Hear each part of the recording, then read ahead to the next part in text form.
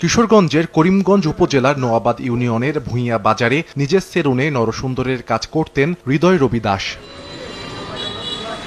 স্বজনদের অভিযোগ, শুক্রবার রাত ৮টার দিকে স্থানীয় কিছু লোকজন সেলুন থেকে তাকে বের করে আনেন। তাকে মারধর করে করিমগঞ্জ সেনা ক্যাম্পে হস্তান্তর করা হয়। পরদিন শনিবার সকালে স্বজনরা জানতে পারেন হাসপাতালে চিকিৎসাধীন অবস্থায় হৃদয়ের মৃত্যু হয়েছে। 3 হুজুর তারা ডাকিয়া নিছে নেয়া আর মেম্বার সাহেব মিলিয়া আর ঘরের ভিতরে নিছে। ছেলেরা একটা ছাটারের ভিতরে নিয়ে ওরা কি করছে সেই ছেলে কইতে পারে না, বুঝলেন, তারা মানে মারপিট করছে। সুস্থ তদন্ত করিয়া যাতে একটা সুস্থ বিচার পাওয়া যায়, গরিব মানুষ, নিরীহ মানুষ। খবর পেয়ে গেছি, কয়েলে দেখতে পারবেন না, কালকে দেখবেন না থানা দিয়া। সকালে ফোন দিছে সেনাবাহিনী, মারা গেছে। করিমগঞ্জে রাষ্ট্রপতি আব্দুল হামিদ মেডিকেল কলেজের সহকারী পরিচালক জানান, বৃহস্পতিবার গভীর রাতে সেনাবাহিনীর লোকজন হৃদয়কে হাসপাতালে নিয়ে আসেন। পরে আইসিইউতে চিকিৎসাধীন অবস্থায় তার মৃত্যু হয়। আর্মি ক্যাম্পে থেকে করিমগঞ্জ ক্যাম্পের মাধ্যমে আমাদের এখানে পেশেন্ট আসে রাত 2:10-এ, তো আইসিইউতে চিকিৎসাকালীন অবস্থায় রোগী মারা যায়।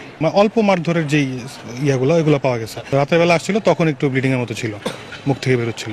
এদিকে সেনা হেফাজতে এই মৃত্যু নিয়ে পুলিশ ও সেনাবাহিনীর দায়িত্বশীল কোনো কর্মকর্তা ক্যামেরার সামনে কথা বলতে রাজি হননি। তবে কিশোরগঞ্জ সেনা ক্যাম্পের অধিনায়ক লেফটেন্যান্ট কর্নেল মোহাম্মদ রিয়াজুল ইসলাম জানান, স্থানীয় মুসলিম এক মেয়েকে ধর্মান্তরিত করে বিয়ে করার চেষ্টা করেছিল হৃদয় রবি দাস। পরে তাকে পাচার করার পরিকল্পনা ছিল তার।